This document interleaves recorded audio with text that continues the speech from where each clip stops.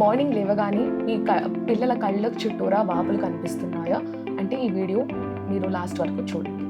This is doctor Pooja, consultant paediatric nephrologist, rainbow children's hospital, Vijayawada. తరచూ నా ఓపీడీలో పిల్లలు కళ్ళ చుట్టూరా వాపులతో వస్తూ ఉంటారు. కానీ చాలామంది పేరెంట్స్ ఇది ఒక అపోహనగా, అంటే మా బాబు కొద్దిగా ఎక్కువ నిద్రపోయాడండి అందుకే కళ్ళ చుట్టూరా వాపులు వచ్చింది అనుకున్నాము.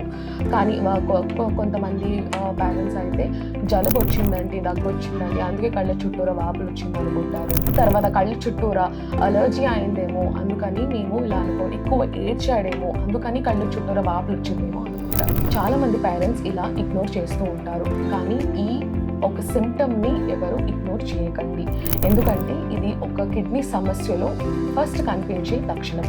ఆ కిడ్నీ సమస్యని మనం నెఫ్రాటిక్ సిండ్రోమ్ అని అంటాం. నెఫ్రాటిక్ సిండ్రోమ్ పిల్లల్లో వీళ్ళ కిడ్నీ ఫిల్టర్స్లో ప్రాబ్లం ఉంటుంది. అందుకని వీళ్ళ యూరిన్ టెస్ట్ మనం చేసినప్పుడు ప్రోటీన్ అనేది కనిపిస్తుంది.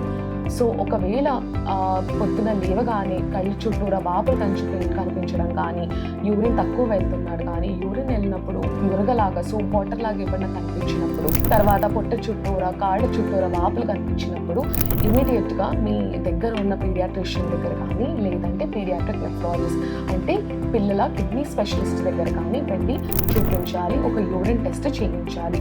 ఒకవేళ ప్రోటీన్ లాస్ అవుతూ ఉంటే వాళ్ళకి సరిపడా ట్రీట్మెంట్ ఉంటుంది. ఇది ఒక డేంజర్ సమస్య అయితే కాదు, ట్రీట్మెంట్ అయితే ఉంటుంది.